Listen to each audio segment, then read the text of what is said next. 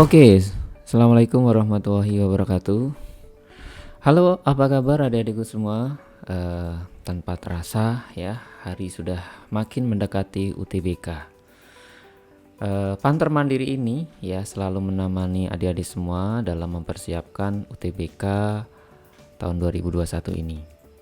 Nah, kali ini kakak akan berikan tentang clue Panter Mandiri untuk matematika saintek yang ketujuh. Tanpa berlama-lama, yuk kita saksikan saja videonya.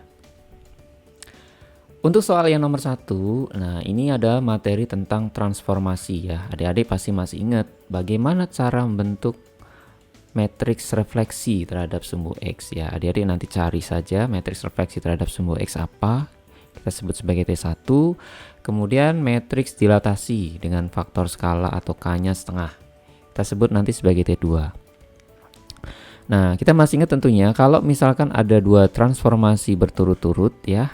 Untuk transformasi matriks yang sama urdunya itu bisa kita gabungkan langsung dengan cara mengalihkan ya, tentunya T2 kali T1. Setelah itu, ingat cara kerja kita dalam mencari bayangan ya. Caranya adalah inverse dari matriks gabungan dikalikan dengan X aksen Y aksen. Dari situ kalian akan dapatkan X dan Y-nya dalam aksen dan tinggal disubstitusikan ke persamaan awal, yaitu ke Y sama dengan sin X. Nanti kalian bisa gunakan sin 2X, 2 sin X cos X ya untuk menyesuaikan dengan jawabannya. Oke, itu yang nomor 1. Kemudian yang nomor 2, berulang kali kakak sudah informasikan bahwa dalam menyelesaikan limit trigonometri ya, pada awalnya kita bisa coret kata tan karena di sini ada tan ya. Kalau misalnya ada sin juga coret kata sin. Nah, kenapa Kak bisa dicoret? Karena di situ kalau kita masukkan X-nya 1 ke dalam sudut tan itu jadinya tan 0. Nah, kalau selain tan 0 kita nggak bisa coretannya. Kemudian gunakan dalil L'Hopital atau turunkan atas bawah ya, turunkan atas bawah. Karena kalau tan-nya sudah dicoret kan otomatis bukan fungsi trigono lagi gitu ya. Nah, ingat turunkan hanya untuk faktor pembuat 0 saja. Nah, di sini ada bentuk di bagian bawah ya, ada X kuadrat min A dikali X min 1 nantinya. Nah, bentuk X kuadrat min A itu kalau dimasukin 1, X ganti 1 itu tidak membuat 0. Maka bentuk itu tidak perlu kalian turunkan ya. Jadi cukup diganti saja nanti X-nya dengan 1. Jadi yang diturunkan yang bagian yang bentuk yang 0, membuat 0 aja, yaitu X min 1. Kalau yang di bawah. Kalau yang bagian atas ya udah pasti kalian harus turunkan gitu ya. Oke, itu clue yang nomor 2. Nah, sekarang untuk yang nomor 3 ya. Nah, ini ada parabola digeser ke kanan sejauh A satuan dan digeser ke bawah sejauh B satuan. Jadi yang perlu kita ingat di sini adalah ketika digeser ke kanan itu artinya X-nya itu bertambah gitu ya. Kalau geser ke bawah itu Y-nya berkurang.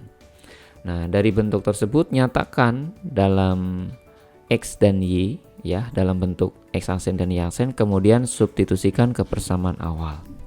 Setelah dapat persamaan dalam bentuk aksen, kita tinggal cari titik potong sumbu X, yaitu terjadi pada saat Y-nya 0 dan kalian akan peroleh persamaan kuadratnya gitu ya. Dari persamaan kuadrat itu kita langsung gunakan saja X1 tambah X2 dan X1 kali X2 karena di situ ada jumlah akar. Jadi P tambah Q itu sama kayak X1 tambah X2. Kemudian P kali Q juga sama seperti X1 kali X2. Nah, dari situ kalian akan mendapatkan nilai B dan A-nya. Gitu ya. Itu gambaran soal yang nomor 3. Kemudian yang nomor 4. Nah, untuk yang nomor 4 ini kalian harus sederhanakan ya bagian yang ruas kanan ya. Nah, tentu bentuk 4x kuadrat min 4x plus 1 dan x kuadrat min 6x plus 9 ini bisa kalian nyatakan dalam bentuk kuadrat sempurna. Ya, karena pasti akan sama dengan bagian yang kiri ya, salah satu. Entah itu numerusnya atau basisnya yang sama. Nah, nanti kalian tinggal gunakan sifat. Jadi ketika pangkat, basis, dan numerus sama, maka seperti halnya sama kayak nggak ada pangkatnya. Ya, jadi Nanti jadinya log B saja gitu ya.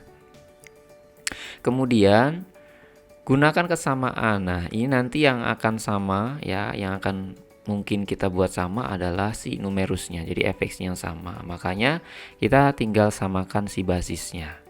Ya. Jadi hx samakan dengan gx. Kesimpulannya seperti itu. Nanti kalian akan dapatkan nilai-nilai x dari persamaan hx sama dengan fx ya. Tapi ya ada tapinya nih. Ya, ada tapinya. Nilai-nilai x yang diperoleh harus memenuhi syarat. Ya, pertama fx-nya harus lebih besar dari 0. 0 aja nggak boleh. Gx juga seperti itu, hx juga seperti itu. Harus lebih besar dari 0. Jadi nilai-nilai x yang diperoleh itu harus dicek lagi ya ke persamaan awal. Apakah terpenuhi dia semuanya bernilai positif apa enggak jadinya. Kalau enggak berarti ya dia nilai x-nya meskipun memenuhi hx sama dengan fx tadi, nilai x tersebut tidak memenuhi. Kemudian yang nomor 5. Nah, di sini kita perlu mengingat-ingat kembali ya. Kalau kita amati itu grafik fx ya, di gambar awal itu grafik fx pada saat x sama dengan 6, itu dia mengalami yang namanya titik belok ya, titik belok. Nah, kita tahu titik belok adalah salah satu jenis titik stasioner ya.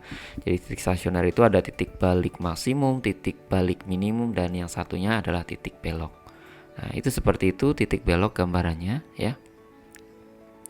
Nah, clue-nya adalah di sini kita ingat-ingat kembali bahwa ketika kurva itu naik ya, maka turunannya atau f-aksennya itu bernilai positif.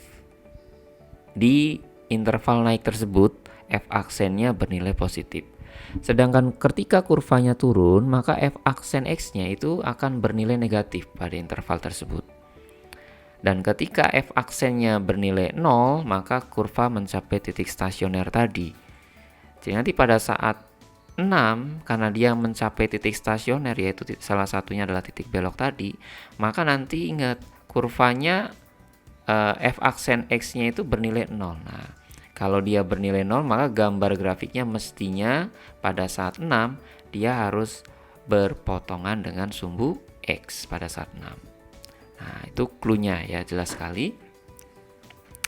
Nah, kemudian kalian amati ya perilaku grafik di sebelah kiri x dan di sebelah kanannya x sama dengan 6. Jadi di sebelah kirinya x sama dengan 6 itu perilakunya naik apa turun ya. Nah, pas di sebelahnya banget ya, jangan ngelihat terlalu ke kiri ya. Pokoknya di sebelahnya banget itu dilihatnya grafiknya naik apa turun. Kemudian di sebelah kanannya itu posisinya naik apa turun gitu ya. Nah, dari situ kalian nanti bisa ketahui perilaku grafik f-aksen ya. Jadi ketika nanti misalkan di sebelah kiri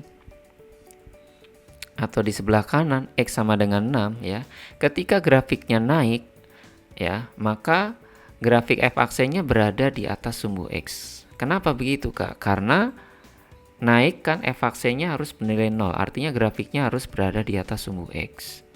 Sedangkan ketika turun, maka grafik f-aksen akan berada di sumbu x karena nilai f-aksennya harus negatif.